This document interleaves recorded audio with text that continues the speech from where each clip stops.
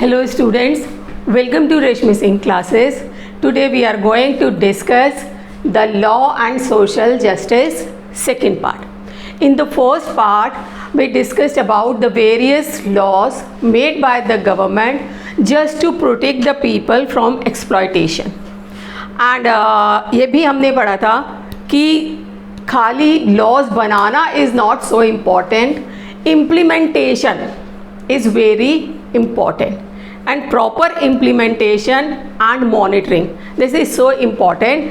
और improper implementation कई बार causes into accident, severe accidents और डिज़ास्टर्स में भी कन्वर्ट हो जाती है.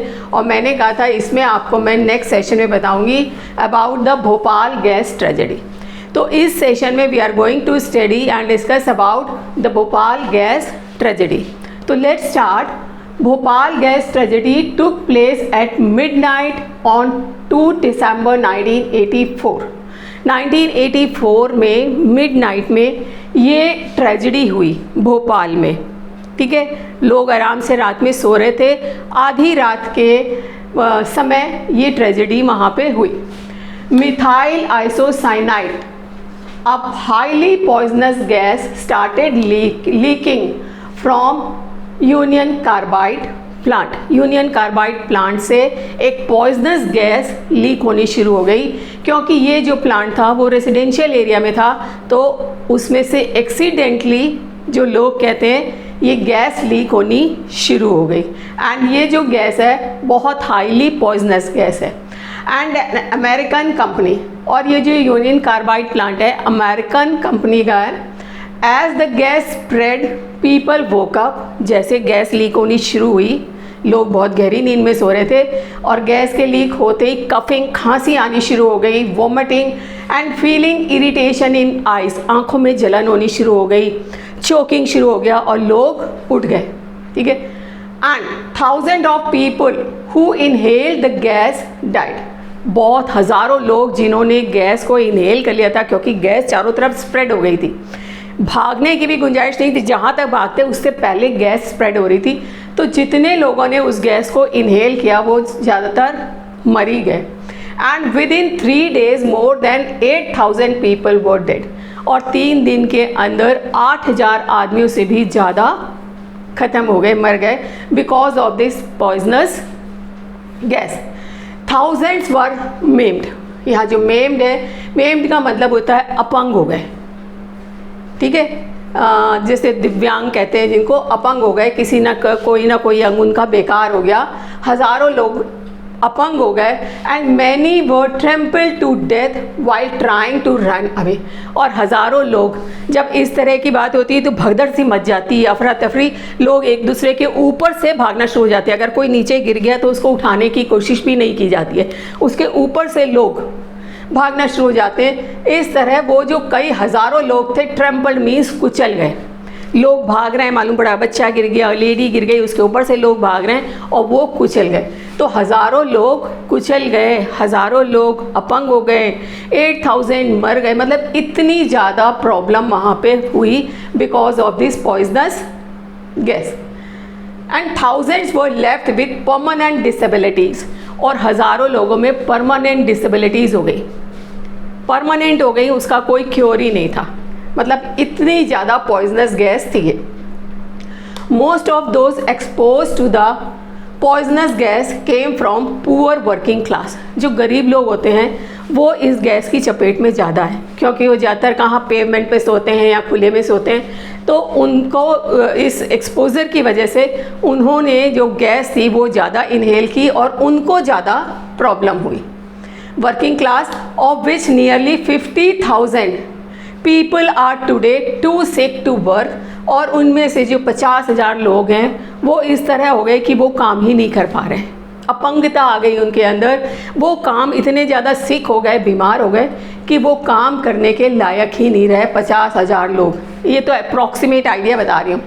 Among those who survived many developed severe respiratory disorders and I problem. और जो थोड़े बहुत बचे, जो हाई क्लास फैमिली को बिलोंग करते थे, घर के अंदर रहते थे, रह रहे थे, तो उनको थोड़ी सी कम प्रॉब्लम हुई, लेकिन वो भी सीवियर रेस्पिरेटरी डिसऑर्डर्स और आई प्रॉब्लम्स उन लोगों को भी हो गई जो हायर सोसाइटी को बिलोंग करते थे।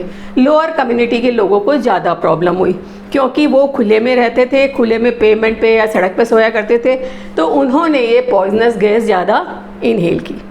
क्लियर, समझ में आया? ये तो ट्रेजेडी हुई मिडनाइट में, इसलिए कैजुअलिटीज़ भी ज़्यादा हुई क्योंकि लोग सो रहे होते हैं। And the disaster was not an accident. ये जो डिज़ास्टर हुआ ये एक्सीडेंट, लोग कहते हैं एक्सीडेंटली लीक हो गई गैस, बट ये एक्सीडेंट नहीं था। क्यों नहीं था?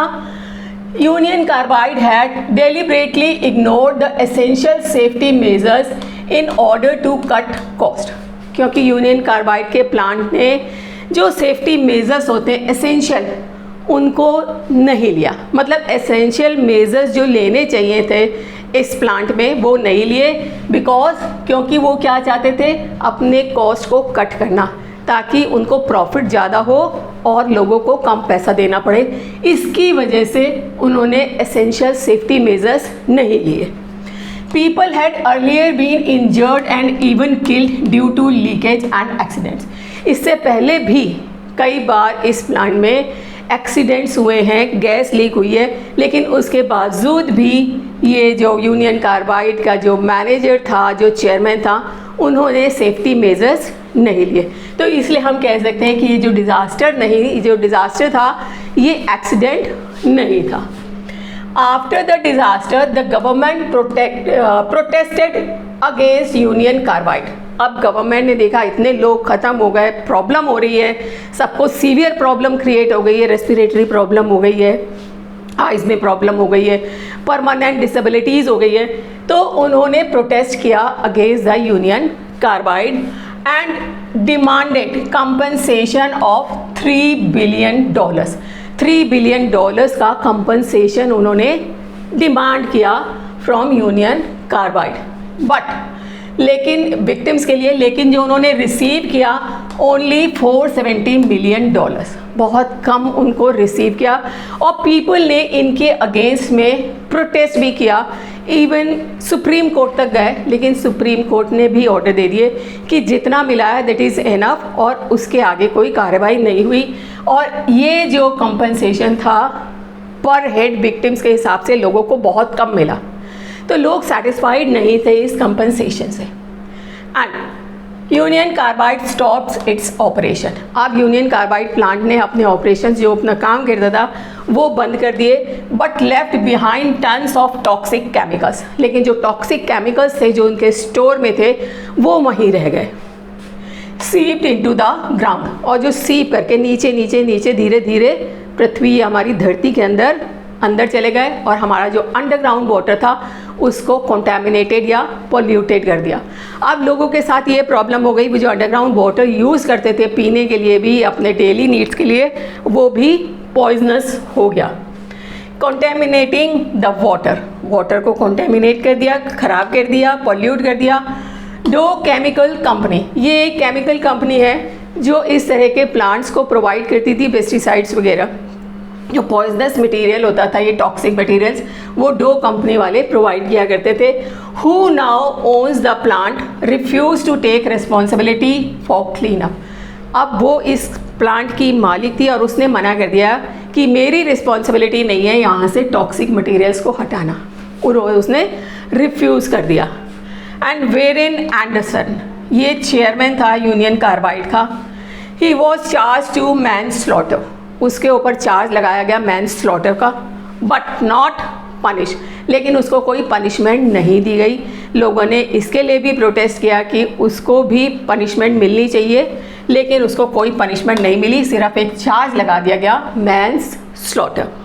People are still fighting for justice. इतने साल बाद भी वहाँ के लोग अभी भी फाइट कर रहे हैं, किसके लिए? जस्टिस, कि उनको जस्टिस मिलेगा। जस्टिस किसके लिए? फॉर सेफ ड्रिंकिंग वाटर, क्योंकि अंडरग्राउंड वाटर कंटामिनेटेड हो गया है। For safe drinking water, health care facilities and jobs के लिए भी वो फाइट कर रहे हैं कि हमें जॉब मिलनी चाहिए, क्योंकि एक तो वो परमानेंट क्या हो गए, डिसेबल हो गए, काम नहीं कर सकते, बहुत सिक हो गए। किसकी वजह से? Just because of this poisonous gas. तो तो वो अभी भी फाइट कर रहे हैं जस्टिस के लिए।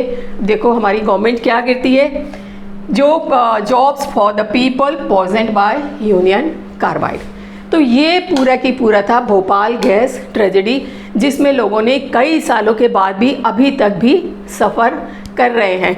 क्यों? क्योंकि इम्प्रॉपर इम्प्लीमेंटेशन ऑफ लॉ, जो मैंने आपको बताया था, ये उसका एक एग्जाम्पल है। आई होप समझ में आ गया होगा बेटा, और अगर समझ में आ गया है तो like and subscribe the channel. Don't forget to press the bell icon. Thank you.